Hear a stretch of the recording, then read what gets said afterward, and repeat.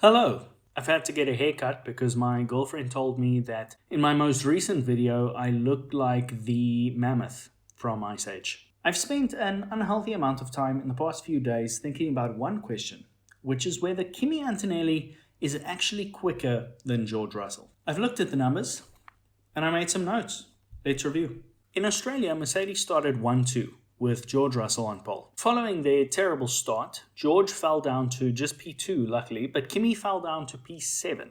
Now in the first part of the race they dealt with very different conditions. Russell was fighting Leclerc pretty intensely. I think we all remember Russell and Leclerc passing each other back and forth in the first few laps of Australia. Meanwhile, Kimi Antonelli, down in P7, started making some overtakes. In fact, he overtook Norris, Lindblad and Hadjar in the time that Russell was fighting Leclerc and managed to work his way back up to P3. On lap 11, however, there was a safety car. You remember the one where everybody pitted except for Ferrari. And that meant that at green flag, Russell and Antonelli were 3 and 4, with the gap between them being 8.3 seconds and the gap ahead of Russell to the Ferraris being 7.8 seconds. So Russell had pretty clear air ahead of him, and similarly Antonelli had quite a big gap to Russell. So at this point we're in a situation where Russell has to chase down the Ferraris. He gets past Hamilton pretty quickly, and by the time he catches up to Leclerc, Leclerc pits. So now we have a Mercedes 1-2, and at that moment that Leclerc pits, the gap between the Mercedes is 7.6 seconds. They went on for a couple more laps, and then there was a virtual safety car. But interestingly, by the time the virtual safety car came out, the gap had come down from 7.1 seconds to 5.1, which means that Kimi over that stint was slightly faster. We get going again after the VSC is over, and we finally end the race with George in front, Kimi behind at a 3.1 second gap. So this gap has come down from 7.6 to 3.1. Now, of course, that's not to say that I think Kimi should have won. That's not how Formula One works.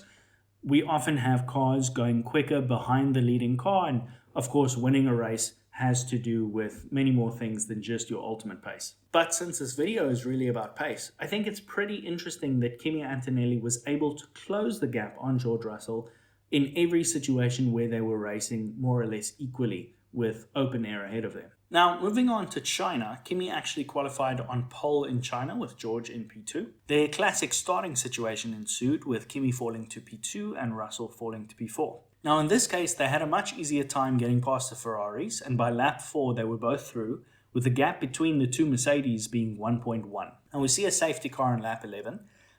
Kimi manages to pit and still come out in first place, but Russell actually has a bit of bad luck. He ends up coming out behind Colapinto and Ocon, both of who had not yet pitted, so Russell was in P4. On the restart too, he had a pretty terrible time, and he ends up behind Leclerc and Hamilton as well. So it takes him quite some time to clear all of those cars, and he finally gets through on lap 29, and the gap is 7.0 seconds between him and Kimi. 27 laps later, the race ends, and the gap is down to 6.7. So only 0.3 gained on Kimi over the course of the second half of that race. Now keep in mind, of course, Kimi won that race. It was in open air the entire time, and it was his first race win. So congratulations to him. Kimi, of course, serves up another banger in Japan just a short while later.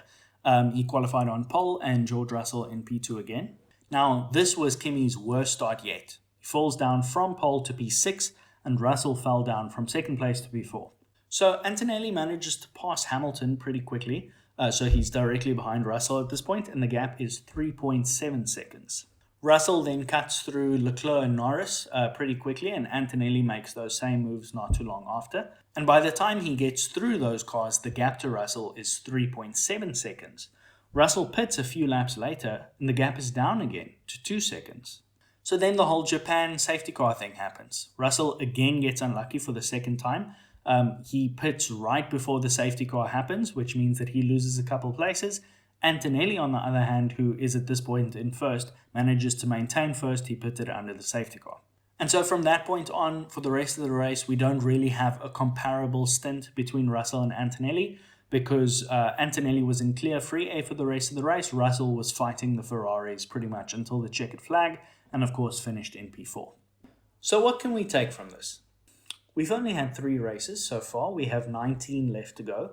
So, of course, it's a pretty small sample size, but I think that it's pretty interesting to see that across comparable moments in the race, we can't even say entire stints, but across moments where both of these drivers are sort of in clear air, able to just push the car to the limit where they feel comfortable, it would appear that on all of these occasions, Antonelli has closed the gap to Russell. In fact, I couldn't find an example where the two of them were on equal standings, let's say, and Russell actually closed the gap to Antonelli. In the 3 races we've had, that hasn't happened yet. It's also certainly true to say that Antonelli has been feeling some good momentum even before the season started.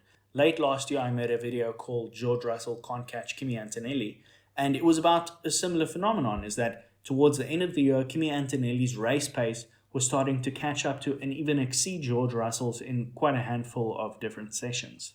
If we look at qualifying as well, 809 minus 520, in case you're new to the stream and you just joined, short for calculator. If we look at qualifying as well, the story is pretty interesting. George Russell, as we all know, missed the Saturday, known for his excellent qualifying.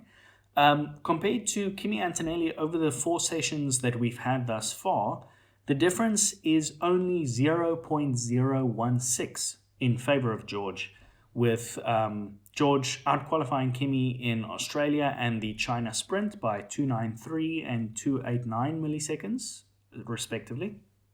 And Kimi out-qualifying George in both the China main race and Japan by 222 and 298 milliseconds, respectively. I think it's pretty interesting that the gaps are quite large, right? I mean, more than 2/10, almost 3/10 is a big gap in qualifying between teammates, but yet they've each had 2. So that means it averages out on essentially nothing. 0.016 is nothing by which to draw a superiority for either driver. But I do think it speaks to something that Kimi is actually able to go punch for punch with George, who is known, of course, as I say, to be an excellent qualifier. And then in terms of race pace, you can see as well that Antonelli actually takes the lead, with Russell only 0.13 seconds behind him, which I think is a pretty crazy close gap as well. So yeah, the point of my story is not really to definitively say that Antonelli is definitely faster than George. I think that it's far too early to make a claim like that. But what I do think is that Antonelli is proving he is in this championship fight. It is not simply going to be a walk for George, and I don't think that these first 3 races with Kimi doing so well were an anomaly. I think that potentially we may have a Hamilton-Rosberg-esque battle on our hands for at least a large part of the year. Kimi Antonelli clearly has the talent and has the pace to be able to take a fight to someone who is as experienced and talented as George is. And I'm pretty pumped for that. So yeah, if you want more technical analysis like this, please subscribe to the channel, and I'll see you in the next one. Cheers.